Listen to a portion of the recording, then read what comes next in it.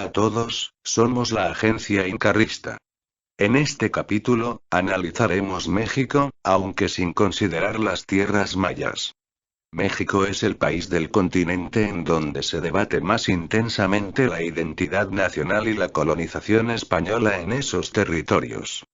Desde el ámbito internacional, se puso mucho énfasis en la historia de este país a partir de 2019, con el cumplimiento de 500 años del arribo de los colonizadores españoles a tierras del actual centro mexicano. La historia de la caída del principal imperio de la zona, el Imperio Mexica, a manos de los españoles en 1521, es ampliamente conocido y por tanto, solo daremos un muy breve resumen de este episodio, explayándonos en episodios mucho más desconocidos como la colonización del resto del territorio central y el norte mexicano. La llegada de los españoles en 1519 será dirigida por Hernán Cortés. Tenía la misión de explorar el área para futuras colonizaciones como se habían desarrollado anteriormente en el Caribe. Sin embargo, no tenía la orden de colonizar la zona todavía. Con una flota de 500 hombres aproximadamente, recorrerán la costa yucateca, manteniendo enfrentamientos esporádicos con algunos reinos mayas, obteniendo información sobre el Imperio Mexica y avanzando hacia el norte. Finalmente, llegará a tierras controladas por el Imperio Mexica, aunque pobladas por la etnia totonaca. De forma inmediata, mantendrá conversaciones con los totonacas y obtendrá información relevante del Imperio Mexica. Asimismo, levantará su centro de operaciones en la costa totonaca, la actual Veracruz. Después de aliarse con los totonacas, avanzará tierra adentro, donde tendrá contacto con el pueblo tlaxcalteca, una etnia que venía siendo cercada por los mexicas durante años. Tras unos enfrentamientos, los tlaxcaltecas y los españoles se aliarán contra los mexicas y avanzarán hacia territorio enemigo. En el camino, llevarán a cabo algunas masacres como forma de aterrorizar a etnias sometidas de los mexicas. La élite mexica, paralizada de miedo, no opondrá resistencia alguna y los dejará avanzar. Una vez en la ciudad de Tenochtitlan, los españoles y aliados secuestrarán y probablemente, asesinarán al emperador mexica tras una estratagema. Luego de esto, rodeados por una revuelta, lograrán escapar aunque con muchas bajas. Regresarán a Tlaxcala donde repondrán fuerzas y realizarán una campaña de tierra arrasada en todo el valle adyacente, donde decenas de miles serán masacrados por las fuerzas hispano-tlaxcaltecas. Tras esto, avanzarán hacia la capital Mexica, donde tras varios enfrentamientos y un sitio duradero en donde morirá la mayoría de la población, la ciudad caerá en manos hispano-tlaxcaltecas. Tras la caída del Imperio Mexica, los españoles fundarán la Ciudad de México encima de las ruinas de Tenochtitlan, una técnica militar usual en Eurasia. Esta nueva ciudad española en el centro del territorio, servirá como punto de partida para nuevas operaciones militares a otros reinos mesoamericanos. El siguiente reino importante en caer, será el Tarasco en la actual Michoacán en 1529, tras una incursión militar de tierra arrasada bajo el mando de Nuño Beltrán de Guzmán, donde cientos de poblados de diversas etnias indígenas serán masacrados en los actuales estados mexicanos de Michoacán, Jalisco, Nayarit, Zacatecas y Sinaloa. También caerá el pequeño reino de Colima en 1523 por Gonzalo de Sandoval. El norte de Veracruz, conocido como el Pánuco, será convertida en una zona de esclavismo para miles de indígenas locales y se reprimirá varios levantamientos en la zona. La zona de Guerrero y Oaxaca será colonizada por los españoles en 1522, aprovechando el conflicto entre mixtecos y zapotecas. Luego de esta expansión inicial en el centro y occidente de México, los españoles avanzarán al norte, manteniendo guerras continuas contra los pueblos chichimecas. A pesar de haberse vuelto un terreno desértico, era muy importante para los españoles debido a las riquezas mineras de Zacatecas. Poco a poco, los chichimecas irán desistiendo y la ruta hacia Zacatecas será consolidada. Durante la segunda mitad del siglo XVI y en el XVII, los españoles junto a fuerzas aliadas, especialmente tlaxcaltecas, avanzarán aún más e irán colonizando la zona con la fundación de nuevas ciudades. La zona norteña era muy despoblada y fue creciendo en población lentamente con la llegada de españoles y otros indígenas del centro mexicano.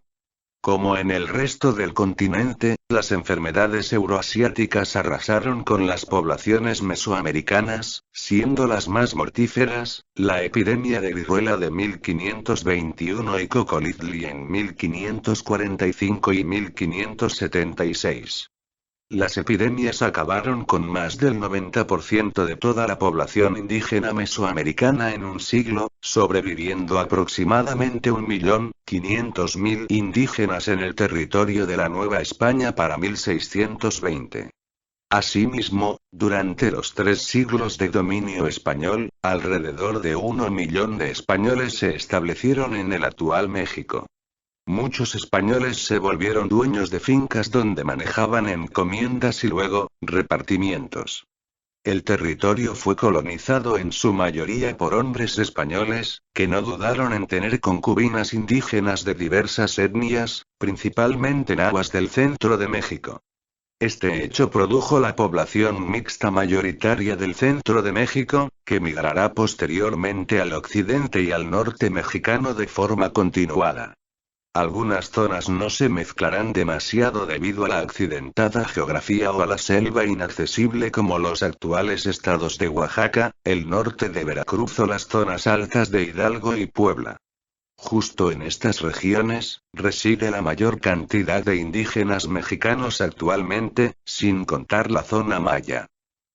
México es el país con mayor cantidad de indígenas del continente.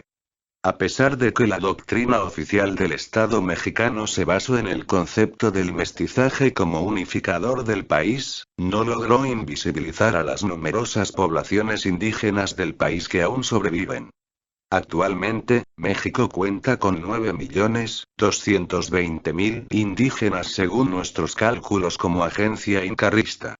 Para el vídeo actual, sin considerar a la población maya de la península de Yucatán y Chiapas, la población indígena mexicana no maya sería de 6.520.000. Recordamos que la agencia incarrista considera el fenotipo predominante como requisito de pertenecer a una etnia indígena y no tanto la cultura. La cifra de indígenas por autoidentificación en México es de 23.200.000, lo cual nosotros consideramos totalmente erróneo según nuestra modalidad. Podría ser mayor que nuestra cifra, aunque no demasiado. El error podría ser de 2 millones adicionales como máximo, esto en poblaciones de fenotipo indígena totalmente asimilados a la sociedad mixta mexicana en las ciudades que podríamos no haber considerado. Desglosando por etnia, corresponde 2 millones de nahuas, 800.000 zapotecos, 700.000 mixtecos, 670.000 otomís, 350.000 totonacas, 240.000 mazahuas, 300.000 mazatecos, 250.000 huastecos, 200.000 purépechas, 200.000 chinantecos, 170.000 mixes, 140.000 tlapanecos, 120 tarahumaras, 60.000 mayos, 85.000 zoques, 60.000 chatinos, 50.000 amuzgos, 40.000 huichol, 35.000 tepehuanos, 30.000 triquí y 20.000 yaquis. A diferencia de las poblaciones indígenas de otros países donde las etnias están muy relacionadas o son variantes de una identidad más grande, las etnias indígenas de México son muy distintas entre sí, de tal modo que es muy difícil agruparlos en un colectivo indígena sin considerar el fenotipo predominante. Asimismo, estas etnias no poseen una continuidad territorial considerable, por lo general, son zonas pequeñas rodeadas de poblaciones no indígenas. Su concentración mayor es en el sur mexicano, en donde destaca el caso de Oaxaca. Por tanto, la agencia incarrista concluye que México Central, el corazón de Mesoamérica y el norte mexicano, tienen una población indígena muy grande de 6,5 millones. Este número es bastante alto y representa un porcentaje muy importante de la población indígena del continente. Sin embargo, no existe una unidad palpable en estas etnias desde el ámbito cultural y esto dificulta mucho la orientación de esta población hacia objetivos políticos unificados. Nosotros, como agencia incarrista, desde nuestra óptica, vemos como unificador de todas estas etnias al fenotipo indígena. Aunque en México, muchos prefieren generar una narrativa méxica o azteca, cuando los mexicas fueron aniquilados y los pocos que quedaron, se mezclaron con colonos españoles. Aquello nos parece absurdo, ya que basan su identidad en una etnia desaparecida cuando existen millones de indígenas no mexicas en el actual territorio mexicano. En general, sus etnias indígenas son bastante inertes políticamente, sin haber desarrollado protagonismos mediáticos como otros pueblos indígenas en el continente. Muchas gracias por la atención. Fin del comunicado.